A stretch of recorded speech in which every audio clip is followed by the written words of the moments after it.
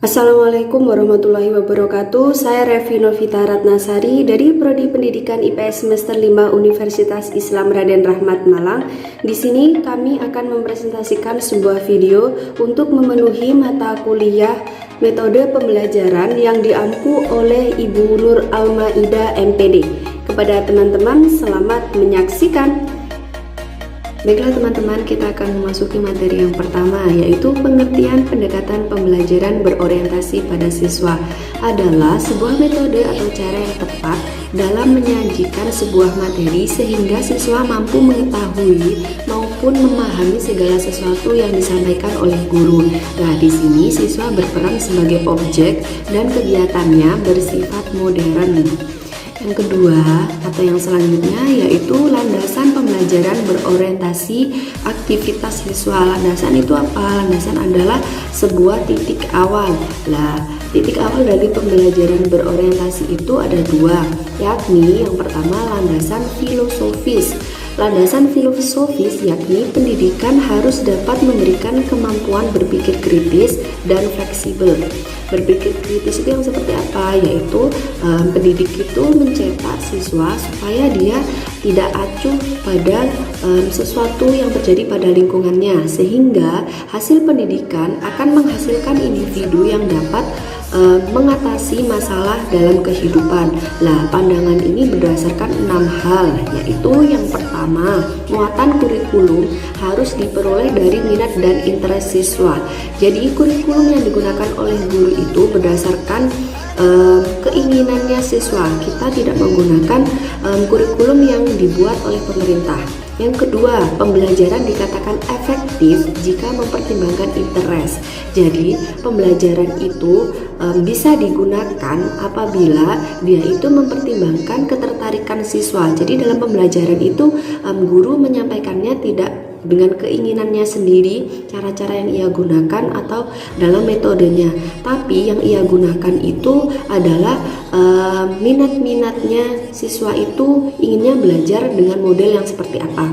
Yang ketiga, pembelajaran pada dasarnya aktif bukan pasif, yaitu dengan cara guru lebih banyak berdiskusi dengan siswa, entah itu dengan kuis atau tanya jawab, atau mungkin ada lempar-lemparan dengan teman, maksudnya lempar pertanyaan bukan lempar-lempar barang ya. Yang keempat, tujuan pendidikan adalah mengacu siswa berpikir rasional. Rasional itu yang seperti apa? Yaitu siswa yang dapat memberikan atau menguatkan argumen-argumen yang ia sampaikan, sehingga siswa itu akan menjadi generasi yang cerdas.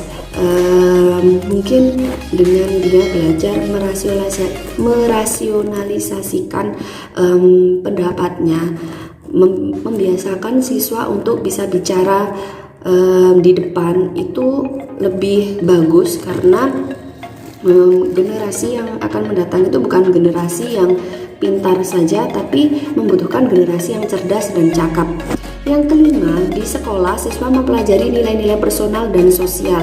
Nah, kalau menurut saya di sini itu dia itu harus sedikit-sedikit diberikan ilmu tentang sosiologi ya, karena mungkin dari sini siswa harus menghindari sifat yang mudah baper lah. Mungkin dia kalau ketemu orang yang seperti ini dia mudah berperasaan orangnya seperti ini, tapi kalau kita diberikan nilai-nilai personal maupun sosial itu mungkin dia seperti ini karena dia sedang capek dengan pekerjaannya, mungkin dia seperti ini karena notabene lingkungan, notabene keluarga, seperti itu.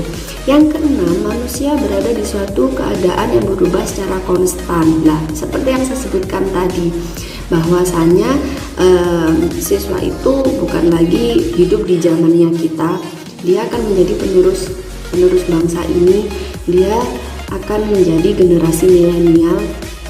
Berharapnya dengan pendidikan ini dia itu menjadi sesuatu yang lebih baik, pendidikan maupun siswa yang lebih baik daripada di masa lampau. Selanjutnya yaitu landasan psikologis. Kalau kita membicarakan tentang psikologis, mesti mengacu pada daya pikir seseorang. Nah, jadi dalam pendidikan dibutuhkan pemahaman menyeluruh terhadap kondisi siswa, sehingga proses pembelajaran dilakukan pada siswa sesuai dengan tingkatan perkembangan, kemampuan, dan kebutuhan siswa. Jadi dalam satu kelas itu tidak mungkin siswa itu punya notabene keluarga maupun notabene lingkungan yang sama. Jadi guru itu harus mempelajari mereka satu persatu. Misal ada satu murid saya yang berasal dari keluarga yang keluarganya itu memang nada bicaranya itu suka tinggi-tinggi, nggak pernah kalau ke anaknya tole apa ya, hal-hal seperti itu, hal-hal yang bisa membuat anak itu merasa ayem, merasa disayang. Ada kan beberapa keluarga yang mungkin seperti itu kalau ke anaknya. Jadi hal itu kita harus memahaminya. Dia itu nggak bodoh, mungkin karena notabene keluarganya seperti itu, dia jadi pikirannya itu down. Jadi bagaimana guru itu memahami mereka supaya perkembangannya itu sama dengan notabene anak yang keluarganya itu adem-adem saja. Nah, secara garis besar, 3 teori psikologi sebagai landasan pembelajaran pendidikan itu ada 3, yakni teori disiplin mental, behaviorisme, dan yang terakhir kognitif gestafel. Untuk selanjutnya materi akan disampaikan oleh rekan saya. Terima kasih atas perhatian teman-teman. Assalamualaikum warahmatullahi wabarakatuh. Di sini saya sebagai pemateri yang kedua akan mempresentasikan tentang pengertian pembelajaran berorientasi siswa. Pengertian pembelajaran berorientasi siswa yaitu menurut Sanjaya bahwa PBAS dapat dipandang sebagai suatu pendekatan dalam pembelajaran yang menekankan pada aktivitas siswa secara optimal untuk memperoleh hasil belajar berupa perpaduan antara aspek kognitif, afektif, dan psikomotorik secara seimbang. Poin C yaitu asumsi yang mendasari PBAS. Yang pertama asumsi filosofis, yang kedua asumsi siswa yang sebagai subjek pendidikan, yang ketiga asumsi tentang guru, yang keempat asumsi yang berkaitan proses pembelajaran. Kita akan membahas asumsi yang pertama yaitu asumsi filosofis. Di sini pendidikan merupakan usaha sadar untuk mengembangkan seluruh potensi siswa. Mengembangkan potensi manusia berlangsung sepanjang hayat, keseimbangan antara kebebasan subjek didik dan kewibawaan baru meningkatkan kualitas hidup mereka. Yang kedua, asumsi siswa tentang subjek pendidikan. Siswa sebagai subjek pendidikan yang sedang dalam tahap perkembangan. Artinya, siswa diposisikan sebagai manusia yang sedang dalam tahap perkembangan dengan karakteristik dan potensi yang unik, heterogen, aktif, dinamis, dan memiliki motivasi untuk memenuhi kebutuhannya.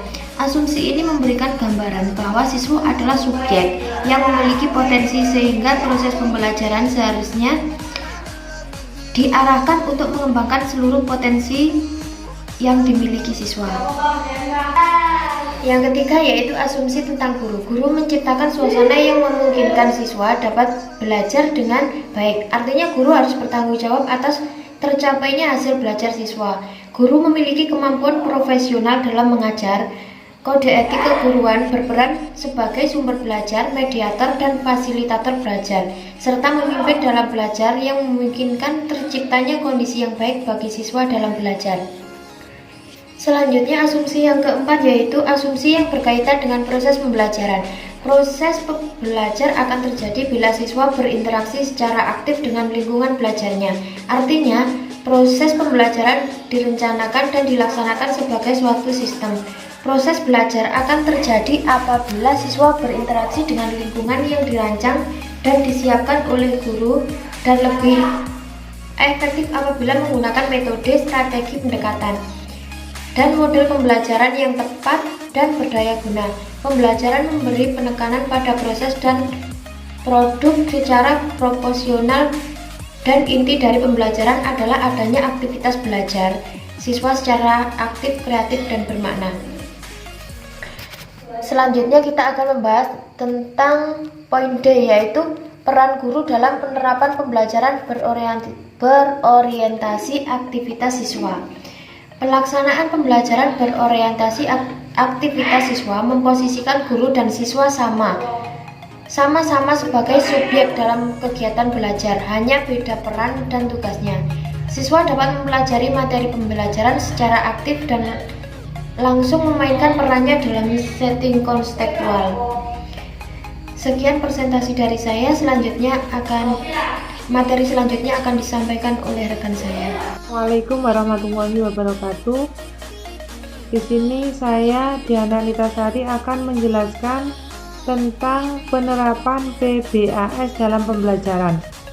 Kriteria penerapan PBAS dalam proses pembelajaran. Kriteria itu adalah bagaimana keterlibatan siswa dalam perencanaan pembelajaran. Keterlibatan siswa dalam ketiga aspek itu maka semakin menunjukkan kadar PBAS dalam pembelajaran. Yang ke-1 yaitu keterlibatan siswa dalam proses perencanaan meliputi A.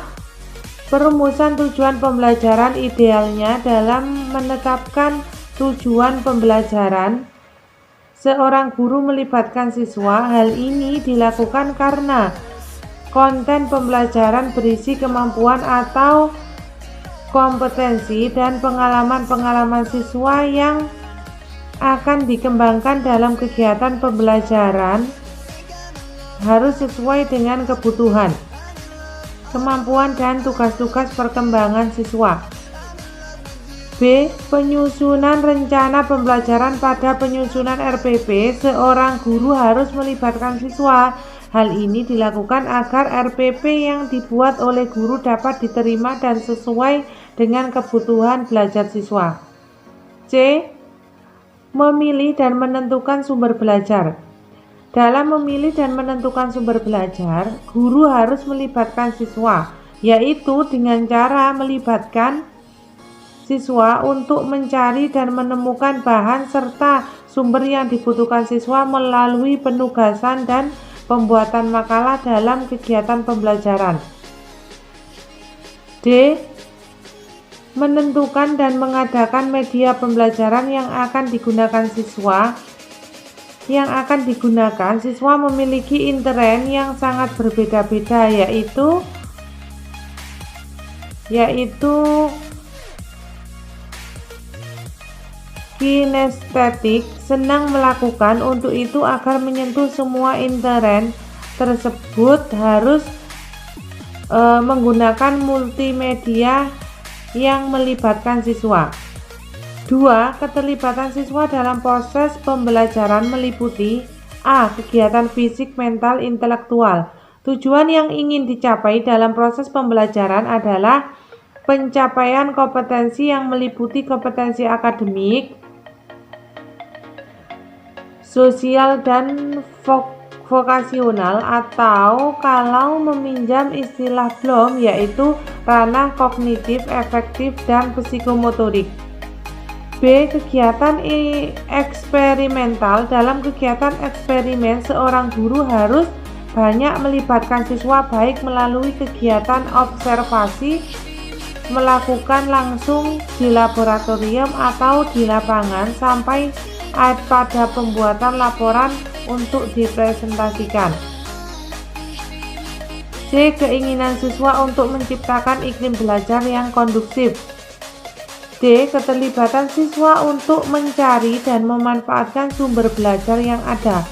Sumber belajar saat ini sangat tidak terbatas, apalagi dengan adanya komputer, internet, dan media cetak. Sehingga guru harus mampu memanfaatkan peluang yang baik ini. E. Adanya interaksi multiarah, yaitu interaksi siswa dengan siswa dan interaksi siswa dengan guru. Yang ketiga yaitu keterlibatan siswa dalam proses evaluasi pembelajaran dapat meliputi A. Mengevaluasi sendiri hasil pembelajaran yang telah dilakukan. B. Melaksanakan kegiatan semacam tes dan tugas-tugas yang dikerjakan baik secara terstruktur maupun tugas mandiri yang diberikan guru. C. Menyusun laporan hasil belajar baik secara tertulis maupun lisan. Mungkin itu yang dapat saya sampaikan. Materi yang selanjutnya yang akan disampaikan oleh teman saya. Assalamualaikum warahmatullahi wabarakatuh. Di sini saya Rizka Febriana Devi yang akan menjelaskan tentang faktor-faktor yang mempengaruhi keberhasilan pembelajaran berorientasi aktivitas siswa. Pelaksanaan pembelajaran berorientasi siswa akan berhasil dengan baik apabila didukung oleh beberapa hal, di antaranya seperti faktor kemampuan guru, sarana prasarana belajar, dan lingkungan belajar. Faktor yang pertama yaitu kemampuan guru. Guru merupakan faktor utama dalam pembelajaran. Meskipun pembelajaran tersebut berorientasi aktivitas siswa, peran guru tersebut yang membedakan pada setiap pendekatan pembelajaran yang digunakan. Pada pembelajaran berorientasi aktivitas siswa, guru berperan sebagai subjek dan siswa pun berperan sebagai subjek dalam belajar. Faktor yang kedua yaitu sarana dan prasarana belajar.